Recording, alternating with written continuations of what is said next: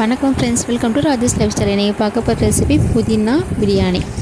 First வந்து ஒரு cooker நல்லா ஹீட் பண்ணிவிட்டு 4 டேபிள் ஸ்பூன் எண்ணெய் ஊற்றி நல்லா காஞ்சதுக்கப்புறமா பட்டை, கிராம்பு, ஏலக்காய், சோம்பு இதெல்லாம் போட்டு நல்லா பொரிஞ்சு வந்ததும் 2 பெரிய சைஸ் வெங்காயம் நீல வாக்கில் கட் பண்ணி போட்டிருக்கேன். அது நல்லா வதங்கினதும்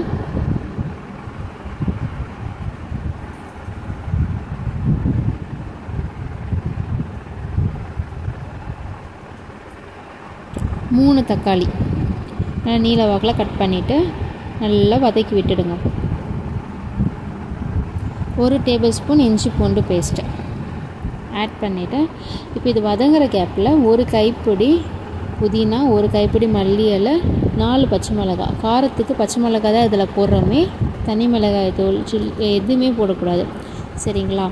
ஸோ காரத்துக்கு பச்சை மிளகாய் 4 பச்சை மிளகாய் காரத்துக்கு ஏற்ப நீங்கள் ஆட் பண்ணிக்கணும். நல்லா ஃபைனாக நல்லா அரைச்சிட்டு ஆட் பண்ணிவிட்டு நல்லா வதக்கி விட்டுடுங்க.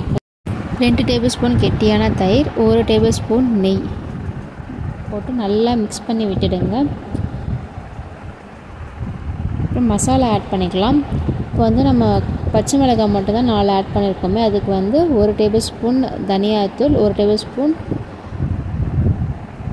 கரம் மசாலா, 1 டேபிள் ஸ்பூன் பிரியாணி மசாலா இதெல்லாம் போட்டுவிட்டு தேவைக்கேற்ற உப்பு போட்டு நல்லா மிக்ஸ் பண்ணி விட்டுடுங்க.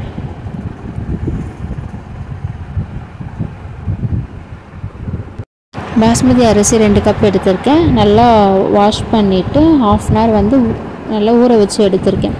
அதனால் க்ளீன் பண்ணி எடுத்துகிட்டு இந்த மசாலாவோட அந்த அரிசியை வந்து ஃபுல்லாக ட்ரெயின் பண்ணிவிட்டு ஆட் பண்ணிக்கோங்க. ஃபுல்லாக மசாலாவில் படுற வரைக்கும் அரிசியும் உடையாமல் நல்லா மேலே கீழே நம்ம கிண்டி விட்டுட்டு, அதுக்கப்புறம் நான் 2 டம்ளர் அரிசி எடுத்துக்கிறதுக்கு 3 கப் தண்ணி ஆட் பண்ணியிருக்கேன்.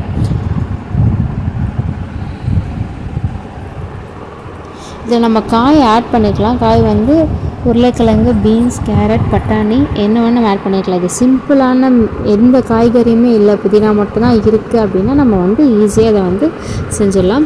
ஸோ அவ்வளோதான். லைட்டாக கொதி வந்த உடனே குக்கர் மூடி போட்டு மூடிட்டு 3 விசில் ஹை ஃப்ளேமில் வச்சு எடுத்திங்கன்னா சுவையான புதினா பிரியாணி ரெடி. இந்த வீடியோ உங்களுக்கு பிடிச்சிருந்தா லைக் பண்ணுங்கள், ஷேர் பண்ணுங்கள், மறக்காமல் சேனலை சப்ஸ்கிரைப் பண்ணுங்கள். Have a nice day.